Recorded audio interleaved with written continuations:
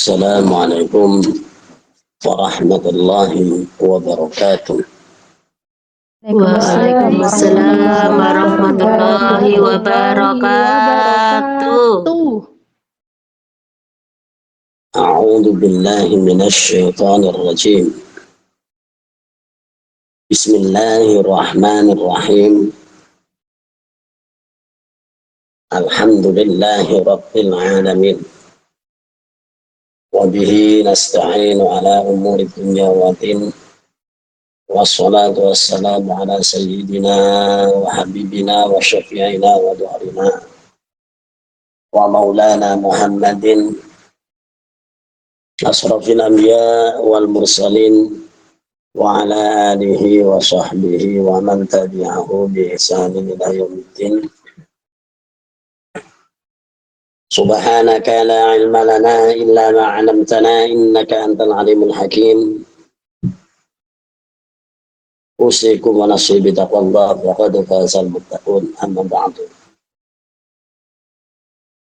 Yang dirahmati Allah seluruh jamaah yang tergabung di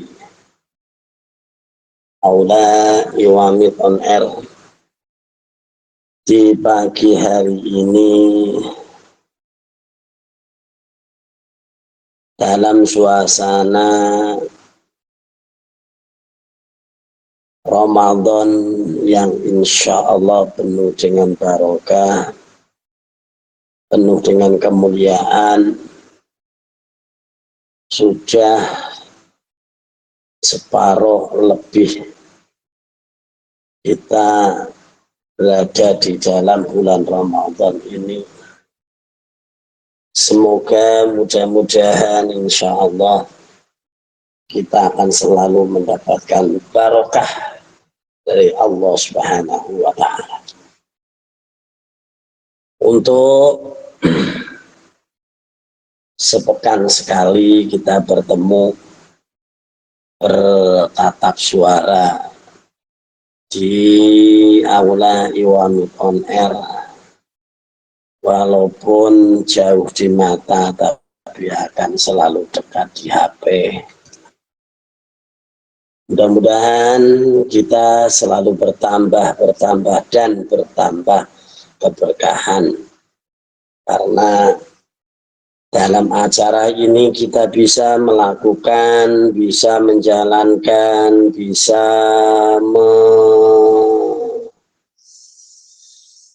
menepati apa yang disampaikan, apa yang dianjurkan oleh Allah, yaitu dalam rangka watawassaw bil haqq watawassaw bis sabr, saling mengingatkan dalam kebenaran dan dalam kesabaran. Untuk pagi hari ini kita kembali untuk menengok sejenak dengan apa yang sering, pernah, dan selalu dilakukan di setiap amalan kegiatan kita.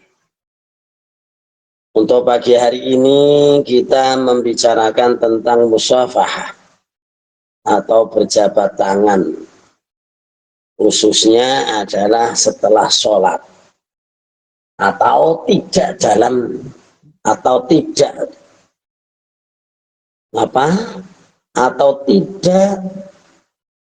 dalam setelah sholat. Bahasanya apa? Nah, mari kita simak biar tidak gagal paham atau tidak salah paham atau pahamnya salah. Karena sebagian dari rekan-rekan kita di sebelah kita yang mungkin punya prinsip bahwa salaman setelah sholat itu bid'atun dholalatun. Nah, ini yang perlu kita bahas. Apa iya? Ternyata walaupun ini bukan langsung eh,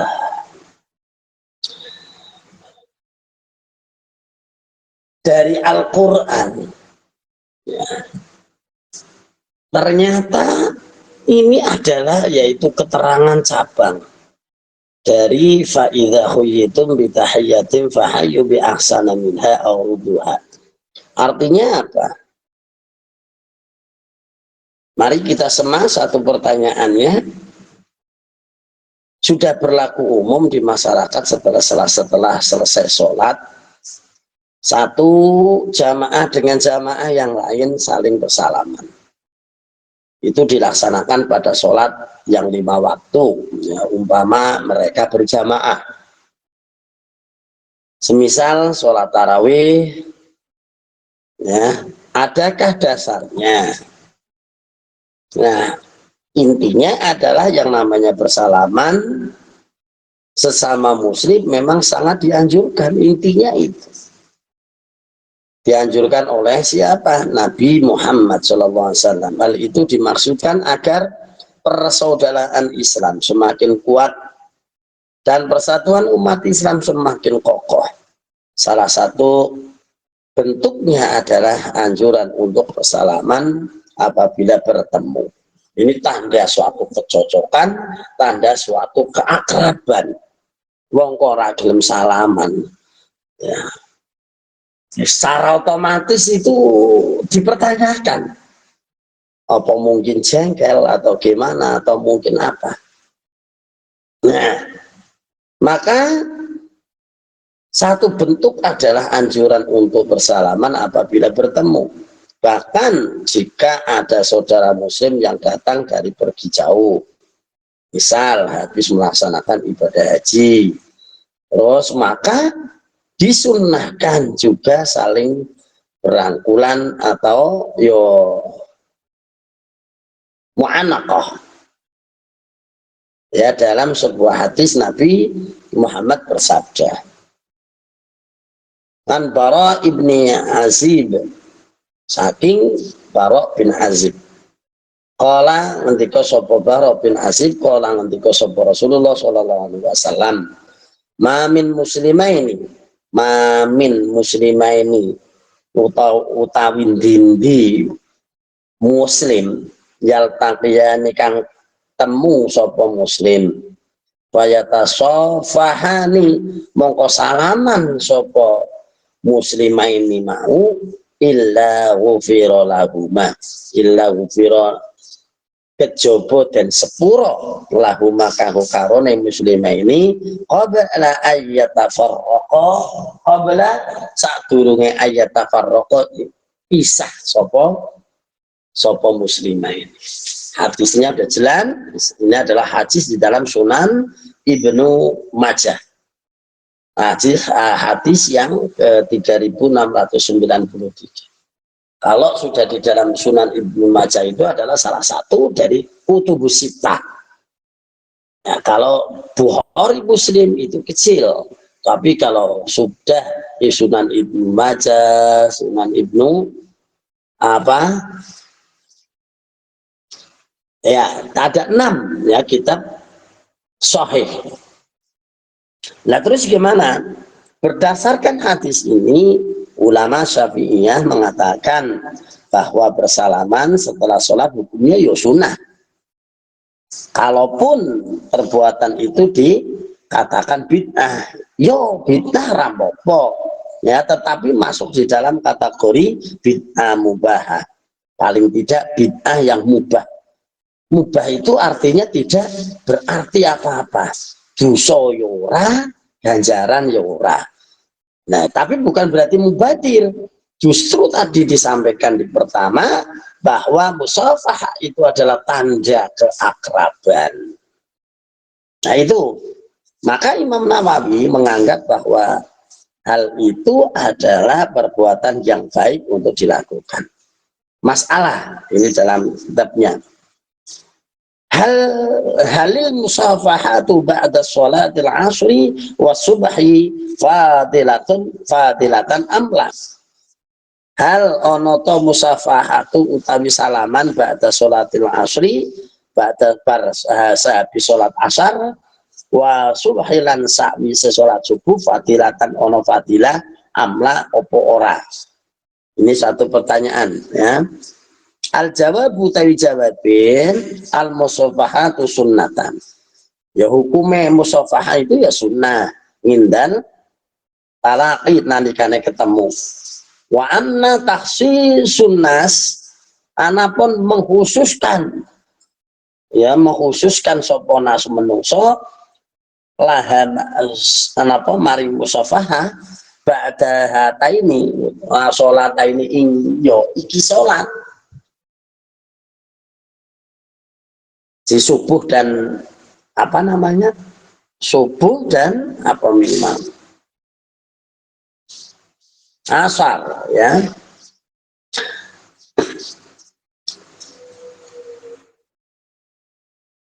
Hukume fi bid'atil mubahati hukume mubah apa yo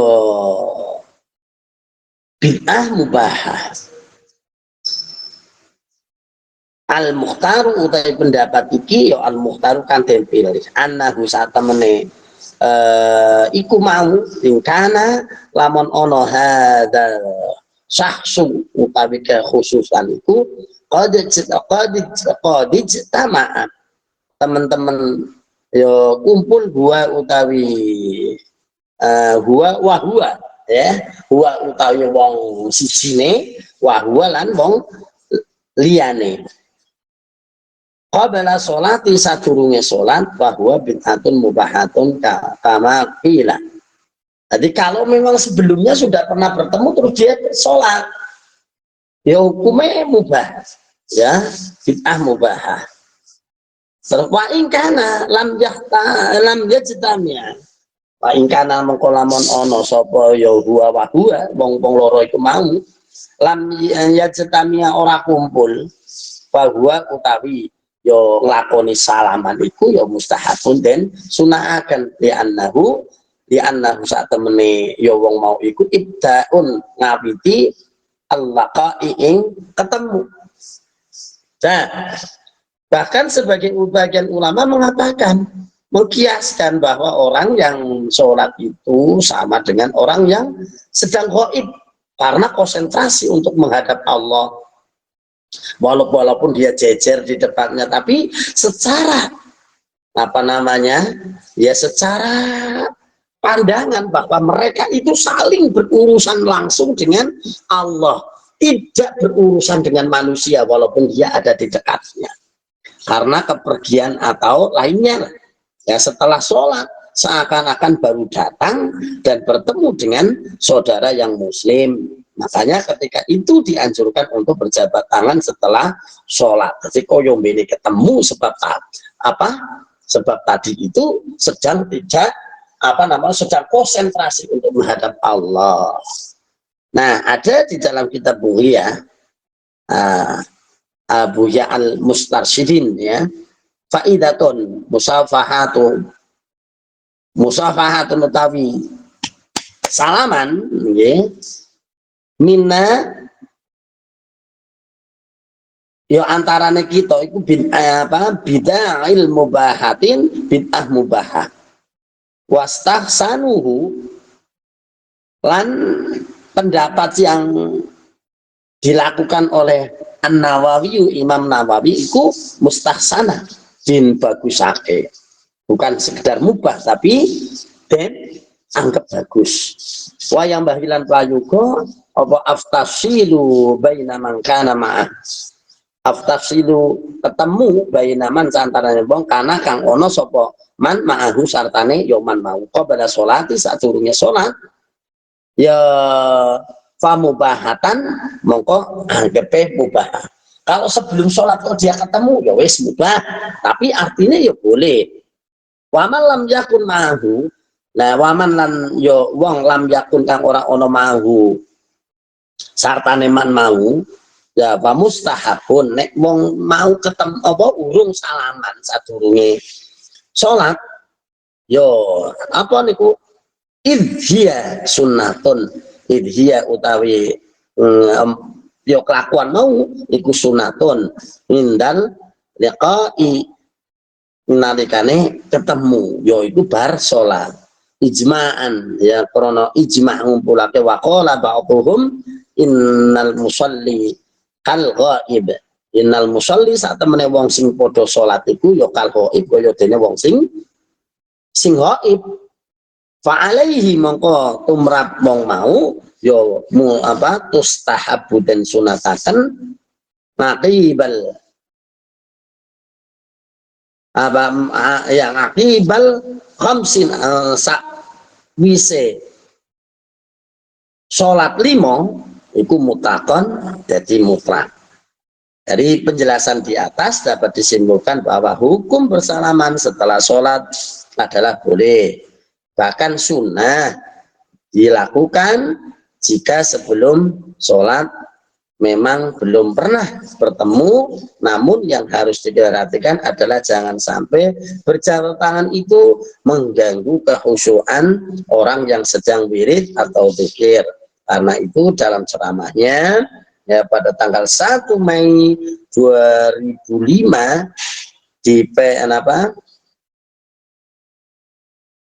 di Universitas BIK ya, yaitu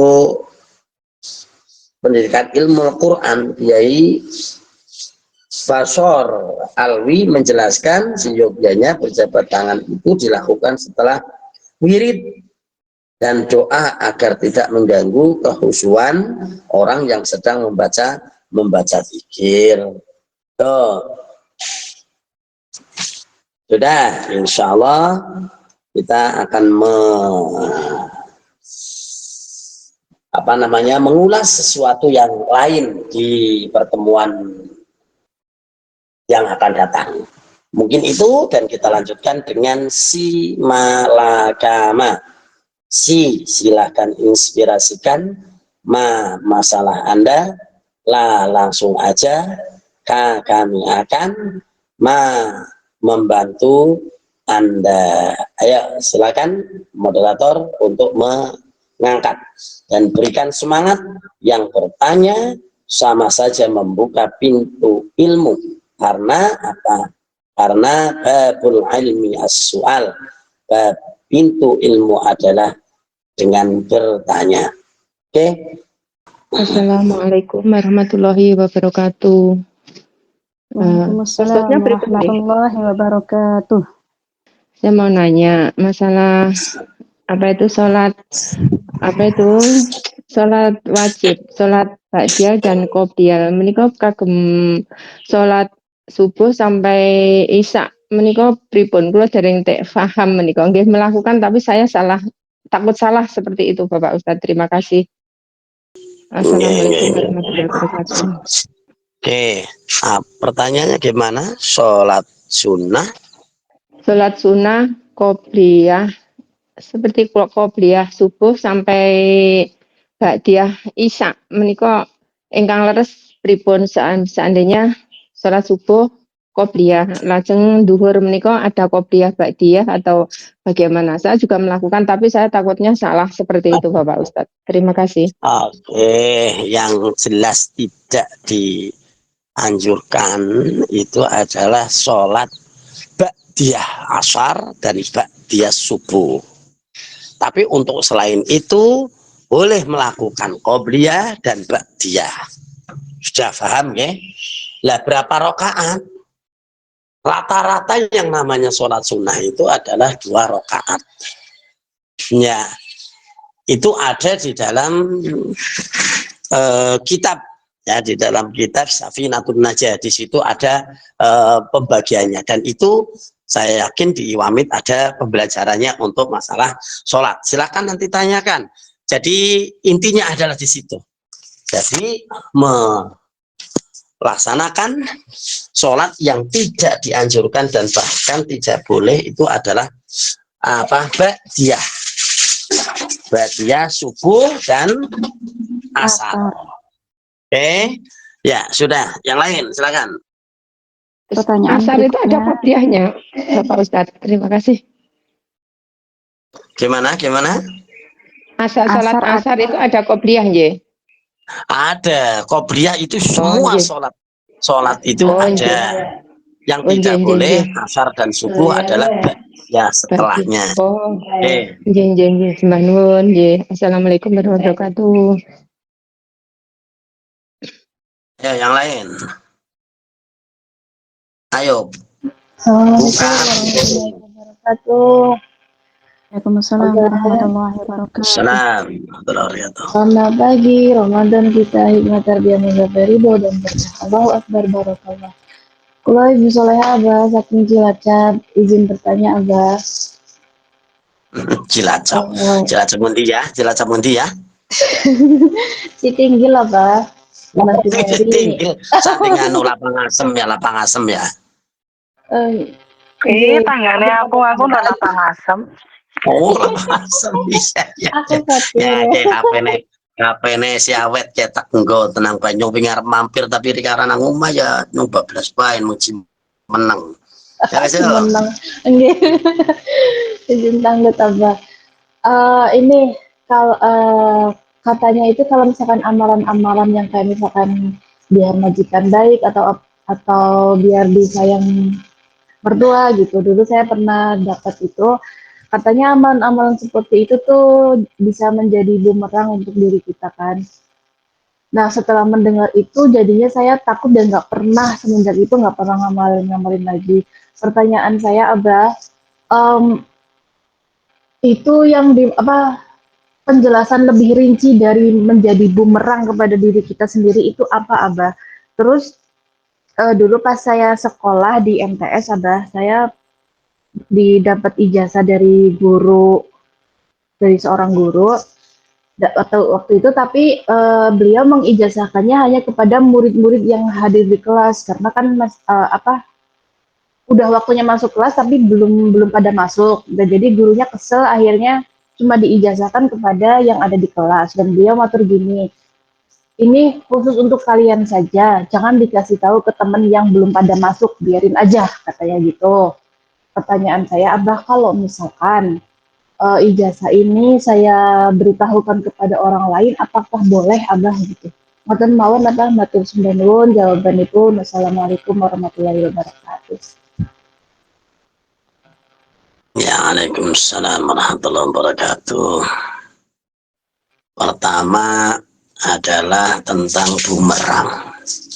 Yang namanya berdoa kepada Allah itu adalah suatu harapan. Ya, satu harapan dan harapan itu yo tetap dianjurkan kepada setiap orang. Nah, kekuatan doa dan kekuatan takdir Allah itu sama-sama kuat. Sama-sama kuat. Hanya saja kalau takdir itu adalah hal yang sudah pasti. Tapi kalau doa itu adalah hal yang belum pasti.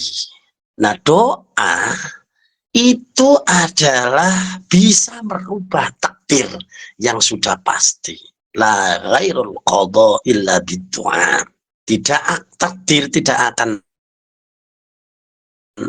bisa dirubah kecuali dengan doa. Berarti doa dan takdir itu sama-sama kuat. Allah punya ketetapan, tapi manusia diberi hak untuk mengubah ketetapan itu dengan doa. Jadi kalau kita mengharap berdoa untuk disayang orang, disayang mertua, disayang ini dalam hal satu kebaikan itu adalah wujud daripada doa. Nah, maka kalau kita mengamalkan satu doa, ya dengan bahasa kita sendiri mau pakai apa dan sebagainya, ya boleh-boleh saja. Kecuali untuk hal maksiat, biar disayang orang, biar dideketin cowok, terus dideketinya bukan untuk dijadikan pasangan hidup, tapi dijadikan untuk main-main dan sebagainya, itu yang tidak boleh. Tapi kalau kita itu berharap disayang mertua, disayang suami, disayang istri dan sebagainya, itu adalah hal boleh. Apa yang dimasakan dengan jadi bumerang? Nah, inilah yang berkaitan dengan masalah doa. Doa tadi satu harapan untuk merubah kepastian atau qada Allah. Nah, bumerangnya itu kalau orang tidak menyadari bahwa doa itu hanyalah harapan karpe, yang namanya Allah itu berjanji mengabulkan dengan kehendaknya. Artinya apa? Ya masalah dikabulkan dan sebagainya, Allah berjanji yang akan mengabulkan dengan doa-doa itu, tapi tentu waktunya, wujudnya itu tidak sesuai. Kadang-kadang tidak sesuai dengan harapannya. Kadang juga akan apa namanya?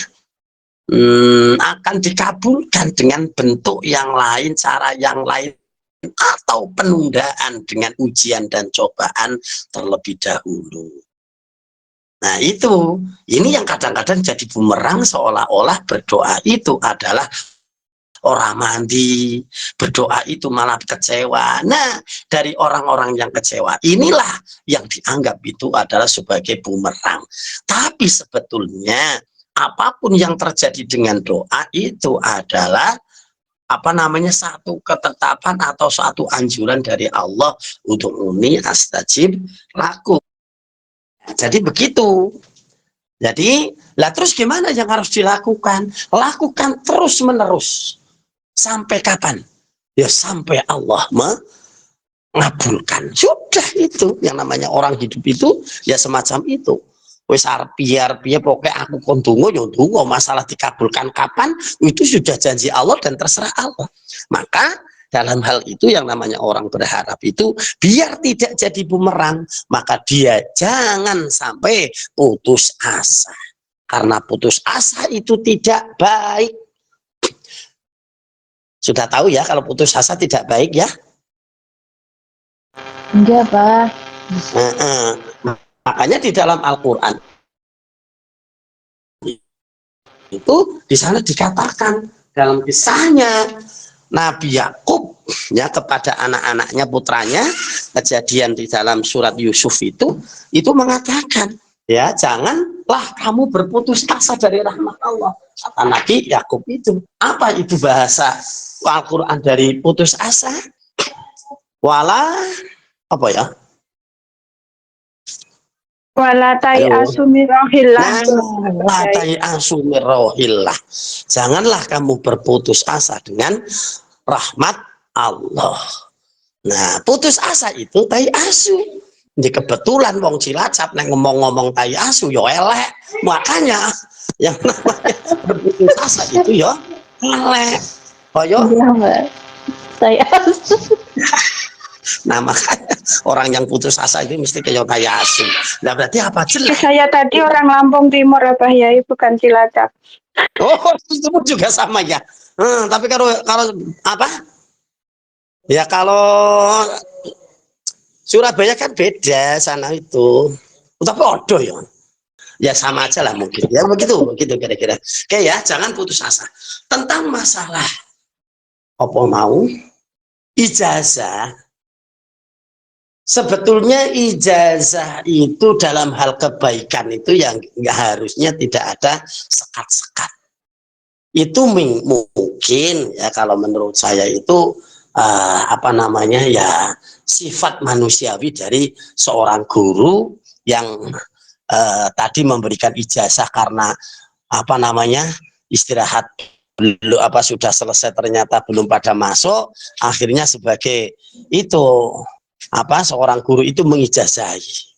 Sebetulnya yang namanya ijazah ya dilakukan untuk siapa saja bolehlah. Ya bolehlah. Nah terus gimana? Apa anjurannya? Kalau ya ini pendapat secara pribadi sih ya. Ya kalau untuk pendapat secara umum yang namanya ijazah itu adalah sesuatu yang diberikan. Ya diberikan itu ya mestinya harus secara ikhlas, ridho, dan diterima dengan baik.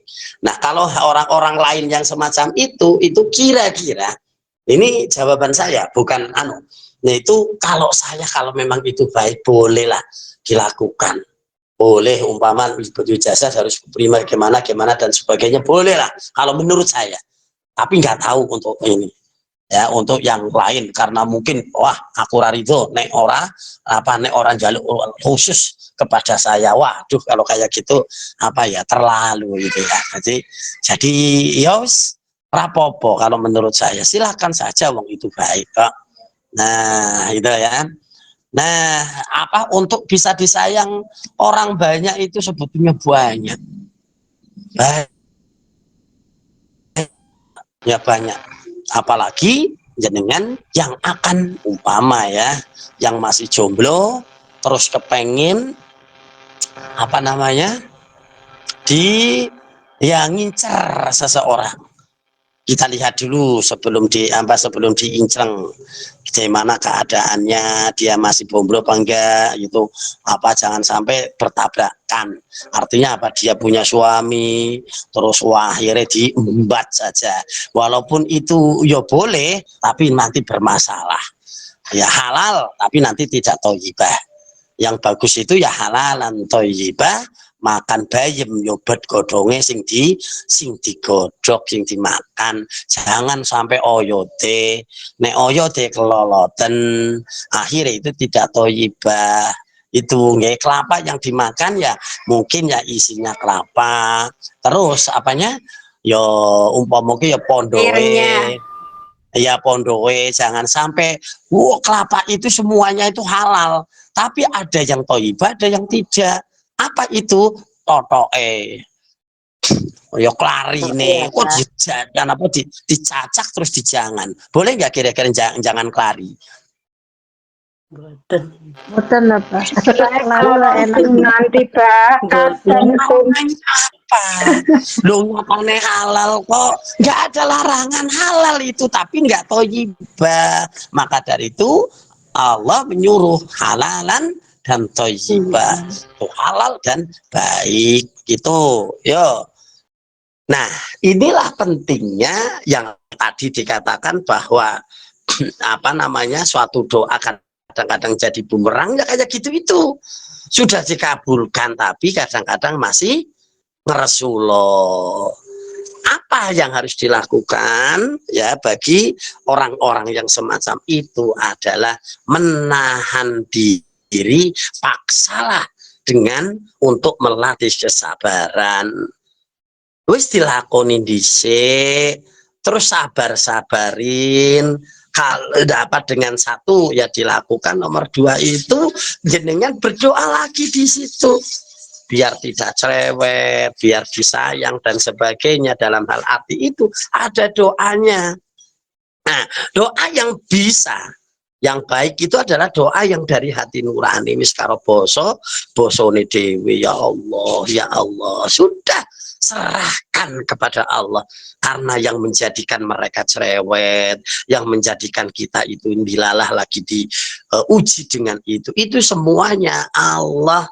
Makanya kalau kita punya kemauan, faida azamta fatawakal ala Allah. Kalau punya keinginan, serahkan kepada Allah. Artinya menyerahkan kepada Allah, terimalah dulu, dan proses dari penerimaan itu dilakukan, itu akan berproses menjadi hal yang nantinya lebih baik. Kita awali dengan kebaikan ini dan kita berharap akan menjadi kebaikan yang yang kita minta. Gimana kalau kita nggak sabar, kita bisa bisa menikmati sesuatu itu kan nggak ada. Makanya yaitu tadi, biar tidak jadi bumerang, sabaro carane lakoni terus sambil kita ngintip karpe majikane ku apa, rahasianya apa. Kalau dia cuma cerewet, wong cerewet kok, yang cerewet itu sudah, apalagi perempuan. Semua perempuan itu adalah punya sifat mulut punya sifat cerewet. Nek wong Cilacap ngarani kenapa wong wedok kok cerewet itu, secara setelah diteliti dan dicari-cari, apa kira-kira. Maka dari itu sesama orang-orang yang mau cerewet ya harap jangan saling mendahului. Artinya apa? Yo sabar, bro. Nggak ada jalan lain. Wes tunggu karo piye. Yakin kalau kita kena sahabat sumpelen. Sumpel dengan apa? Dengan doa. Nah, kalau jenengan mau ini ayat Al-Qur'an biar kita disenengin sama orang, coba ini ayat Al-Qur'an. Masalah apa namanya mandi di apa siapa saja kita tidak tahu. Tapi bacalah. Apa itu? Akhir surat Tobat. Laqad ja'akum rasulun min anfusikum azizun alayhi ma anittum harisun alaykum bil mu'minina raufur rahim. Tawallaw faqul hasbiyallahu la ilaha illa huwa alaihi tawakkaltu wa huwa rabbul arsyil azim. Kalau itu terlalu panjang, ambil yang intinya, yaitu hasbiyallahu la ilaha illa huwa alaihi tawakkaltu ala kulli syai'in qadir. Hasbiyallah untuk ngomong terus kepada Allah, hasbiyallahu la ilaha illa huwa alaihi tawakkaltu wa huwa rabbul arsyil azim. Hasbiyallahu la ilaha illa huwa. Waki cerewet sampean maca iki hasbiyallahu la ilaha illa huwa. Satu, cerewetnya nggak usah didengar karena jenengan lagi pikir sendiri. Terus duanya, mudah-mudahan Allah akan menjadikan hati mereka itu terpancing untuk apa? Untuk sayang kepada kita dalam hal kebaikan. Wes, baikin dulu apa? Majikan Anda. Kalau jenengan sudah melakukan satu kebaikan, berarti panjenengan tinggal berhak mendapatkan kebaikan dari orang itu. Karena apa? Kalau kita menunggu majikan baik kepada kita, sementara majikan juga menunggu kebaikan dari kita, mau kapan bisa ketemu? Paham ya? Paham ya? Insya Allah paham apa? Walaupun cerewet-cerewet begitu, tetap aja kita itu tambah kontrak lagi ya, Pak. Betul. Tunjukkan kalau kita itu Islam itu adalah orang yang sabar. Kita sabarin, kita dekatkan, serahkan kepada Allah karena kita punya keinginan biar majikan kita sayang. Maka yaitu tadi faida asam tawakal Allah. Kalau punya kepinginan, bertawakallah kepada Allah dengan hasbiyallahu la ilaha illa huwa alaihi tawakkaltu wa huwa rabbul arsyil azim. Walaupun banyak, ada satu lagi yang ya jami'un nasi di yaumil la raiba fi indallahi la yukhliful mi'ad. Allahumma sakhirli jami'a khalika alayya mahabbati dan sebagainya. Ada itu, amira usaha itu Quran saja. Hasbiyallahu la ilaha illa huwa alaihi tawakkaltu wa huwa rabbul arsyil azim. Selamat, silakan lakukan. Jam berapa ini? Masih 4:03, masih ada waktu. Silakan. Assalamualaikum Abah. Waalaikumsalam. Ya, saya Damini tadi melanjutkan pertanyaan Abah. Bagaimana hukumnya orang yang melanggar amanah dan mengkhianati sumpah dan janji? Terima kasih Abah. Ya. Amanah itu adalah apa namanya? Satu hal yang diharapkan atau diwajibkan untuk ditepati. Melanggar janji karena aufu bil uqud. Ya ayyuhalladzina amanu aufu bil uqud. Tepatilah janjimu. Nah terus gimana kalau dia tidak menepati janji? Ya urusannya ya karo Gusti Allah. Urusannya karo Gusti Allah. Sudah Gusti Allah yang akan tahu mau dibagaimanakan, orang ngerti. Tapi kita itu walaupun siapapun itu melanggar janji kita, terus kok tidak menepati apa amanah untuk kita dan sebagainya, jawabannya cuma satu. Karena kita itu anggaplah bahwa itu adalah ujian bagi kita. Kalau ujian ya sabar, wis sabar wis. Ora usah apa kita yang menentukan kenapa hukuman. Hukumannya untuk orang yang sabar adalah cerai. Iya malah rada wes biarkan ya ketidakamaнаhan mereka,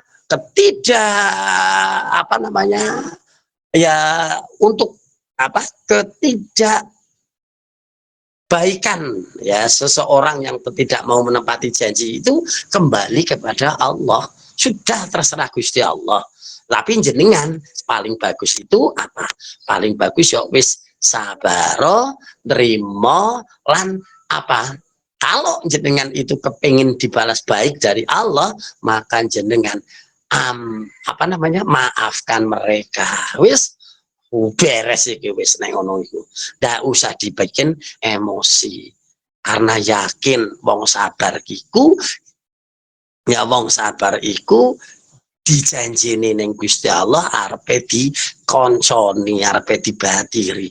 Lah wong dijanji dibatiri ning Gusti Allah dalam keadaan sabar kok ora gelem sabar. Iki jenengane wong piye? Udah yakin orang yang terhinakan, yang dizolimi, yang diapa, kok dia mau sabar bahkan membalas dengan kebaikan. Janjinya Gusti Allah, innallaha ma'asabirin. Wena iki gampang ning angel nglakoni. Justru yang angel ini malah justru harus dipaksa. Wong sing maune angel, sing maune ora penak terus akhirnya jadi penak. Kuwi hanya untuk orang yang sabar sing akhirnya jadi penak. Kita melakukan hal yang apa nggak kepenak seperti tadi itu, wis dungo-dungo Indonesia kepengen terbang ke Taiwan, neng Taiwan ketemu cerewet, ya ketemu majikan cerewet, akhirnya ngersulo meneh, wah kepengen minggat. Lah orang yang kayak gini ini tidak akan pernah mendapatkan satu ketenangan. Ya, yang paling tenang itu wis dilakonin dhisik, sabaro, elingo Gusti Allah sing gawe wong cerewet iku Gusti Allah kon dadi ujian maring kita. Paham nggih? Gitu. Yo selamat untuk menjalankan. Yakin kalau ini dijalankan, kalau ini dijalankan jenengan akan sukses. Sudah pokoknya menjadi Gusti Allah ngono kok. Wong sabar gak arti kanconi, mosok dikonconi Gusti Allah gagal. Nah, mungkin. Ya. Iya, sembah nuwun Abah. Masih 48. Ayo. Siapa lagi? Monggo jemaah berikutnya. Halo Abah, Assalamualaikum warahmatullahi wabarakatuh. Salam. Abah saya mau tanya. Napa kalau ini kita kan puasa, terus kita batuk-batuk karena tenggorokannya gatal, terus sampai mutah niku posone batan apa mboten apa? Makasih jawabannya. Ya. Sampai di Indonesia di. Kula Jawa Tengah Magelang. Oh, Magelang. Iya, Ya, Gunung Tidar. Ya. Nggih. Terus nuwun jawabannya. Tenggorokane gatel kok mutah. Mutah itu kecuali amdan itu baru membatalkan. Tapi kalau tidak, ya apapun yang membatalkan puasa tapi dilakukan tidak amdan karena tidak sengaja, hanya refleks dan sebagainya, termasuk makan kok tidak amdan atau karena lupa, tidak batal. Lali kok mangan tek rong piring kayak kemutan, ya Allah aku puasa, alhamdulillah wareg dhisik. Tapi ya ketoke ra mungkin, paling ya saplokan wis kemutan aku poso kok ngantek rong piring bene kemutan. Tapi kalau itu benar-benar terjadi nggak batal. Nah, gatel itu apa namanya, batuk dan sebagainya terus sampai mutah, kok nggak jarak. Batuk itu juga bukan dalam kendali kita. Watuk itu ya otomatis.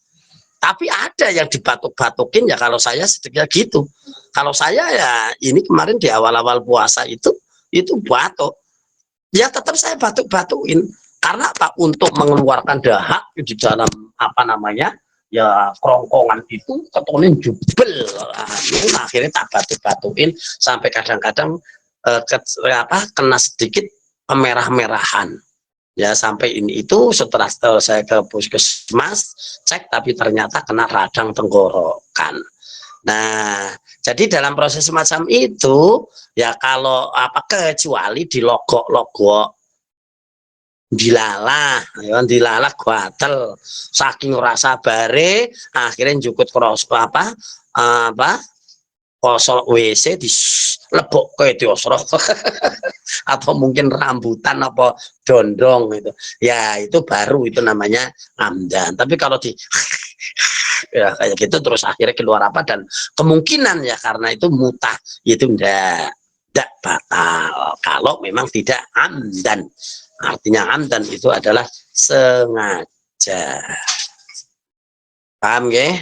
Nggih, matur Mbah Nuwun apa? Ya. Yang lain masih Iya, masih 9 Assalamualaikum menit. warahmatullahi. Selamat pagi. Aduh, aku lupa. Hikmah tarbiyah menggapai ridho dan berkah. Hikmah Ya, dan tarbiyah kita ngarang, menggapai Mbah. ridho dan berkah. Allah Akbar. Oh, Mbak, Mbak. Pertanyaan tadi itu saya tuh kemarin jalan-jalan, Mbak.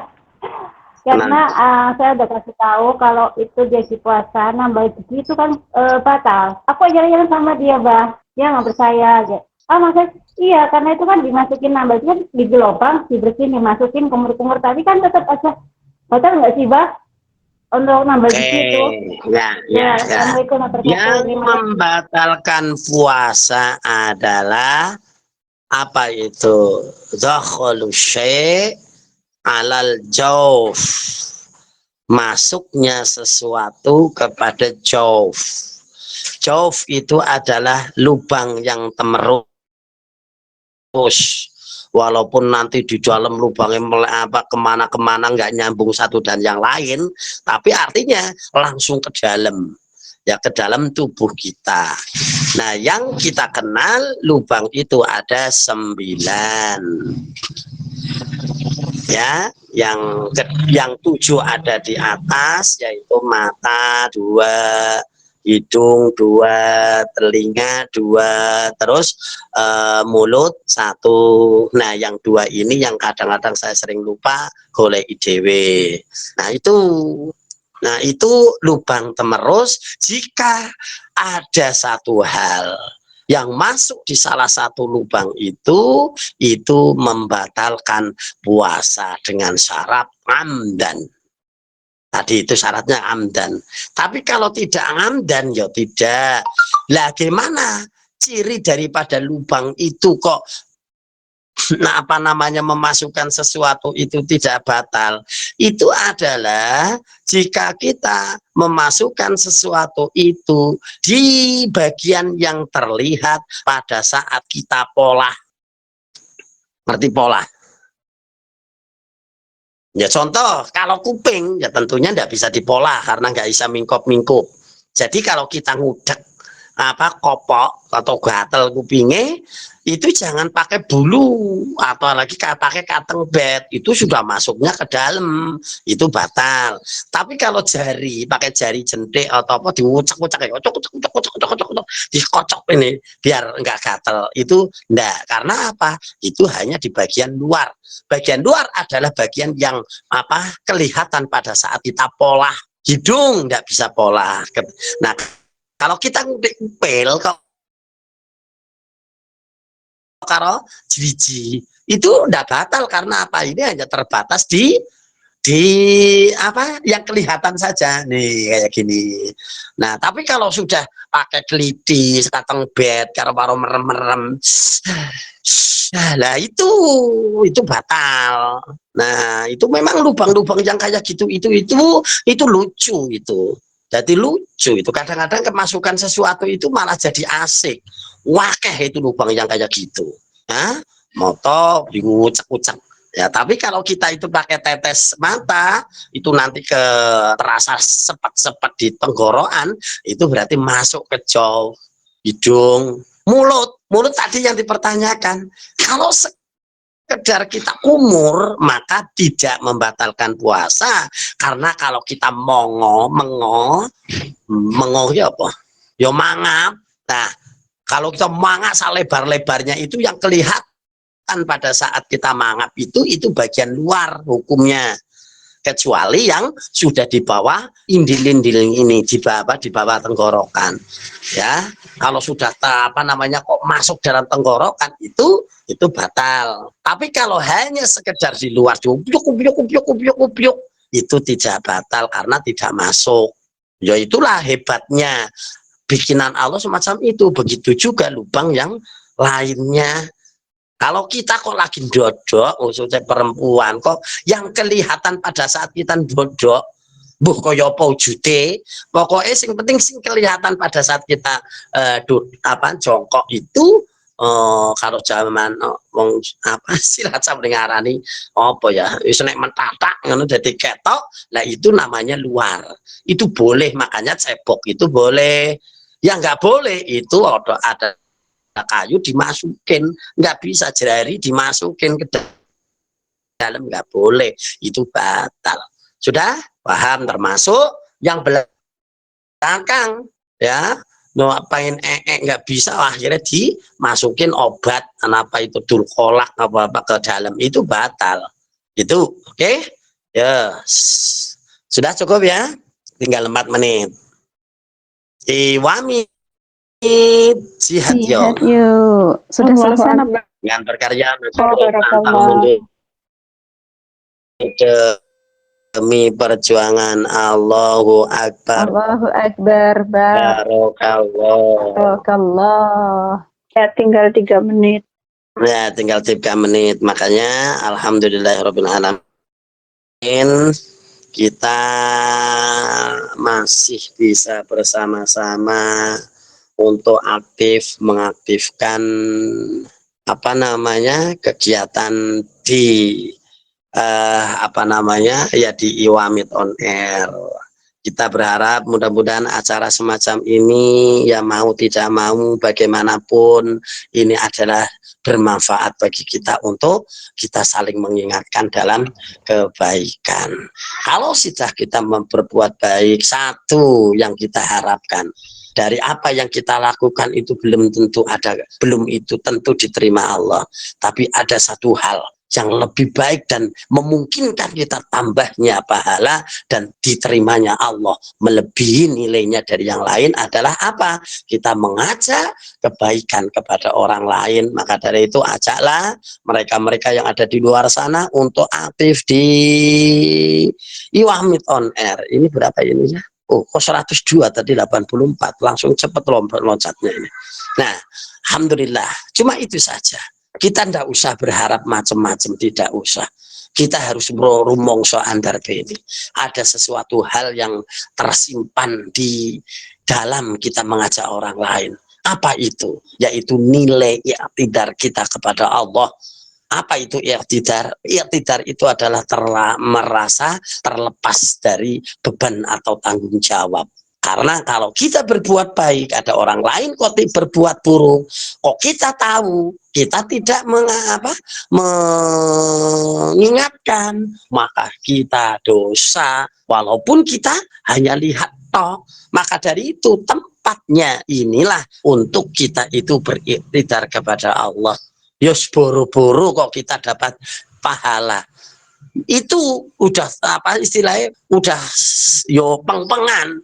Tapi paling tidak kita itu dengan mengajak orang lain, kita tidak kena komplain nanti di akhirat. Sebagaimana Ashabus Sabt pada saat itu ada sekelompok yang ngotot, padahal Ashabus Sabt itu Yahudi yang itu pasti akan dijadikan kera.